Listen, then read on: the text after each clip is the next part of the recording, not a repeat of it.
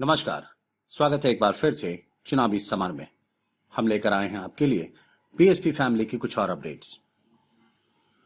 देश में जैसे जैसे कोरोना अपना जाल फैलाता जा रहा है, वैसे वैसे आरएसएस और मोदी सरकार के बीच मतभेद भी बढ़ता जा रहा है। स्थिति यह है कि अब आरएसएस खुलकर मोदी सरकार का विरोध करने लगी है, जिसकी वजह से विपक्ष काफी खुश नजर आ रहा है।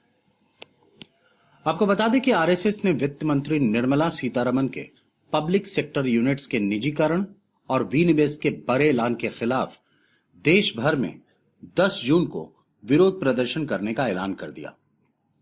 आरएसएस से जुड़े भारतीय मजदूर संघ के नेता नाराज हैं कि मोदी सरकार ने श्रमिक संगठनों से बातचीत किए बगैर ही सरकारी उपक्रमों के निजीकरण और विनिवेश का बड़ा ऐलान कर दिया।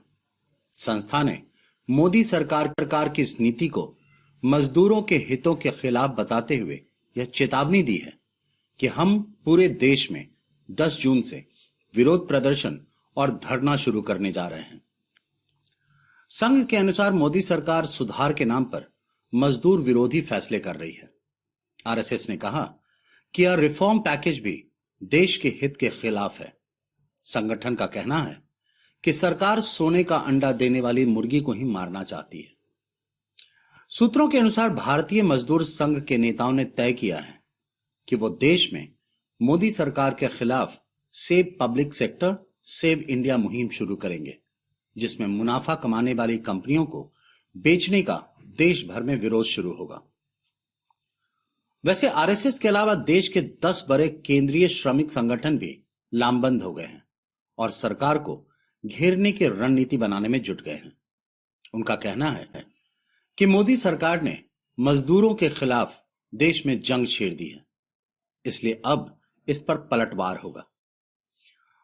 कुल मिलाकर हम यह कह सकते हैं कि कोरोना संकट और लॉकडाउन की वजह से गिरती अर्थव्यवस्था को संभालने में जुटी सरकार अब एक और मोर्चे पर घिरती जा रही है। वहीं मोदी सरकार के लिए सबसे बड़ी मुश्किल यह है कि इस बार विरोधी के रूप में कोई राजनीतिक दल नहीं, बल्कि भाजपा की असली ताकत आरएसएस है।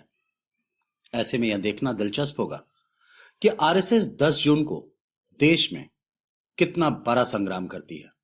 हमारे साथ बने रहने के लिए आपका धन्यवाद। आप हमारे प्रोग्राम्स को todays.com पर भी देख सकते हैं और आप हमें टुडेज टीवी पर ट्वीट भी कर सकते हैं। Thank you.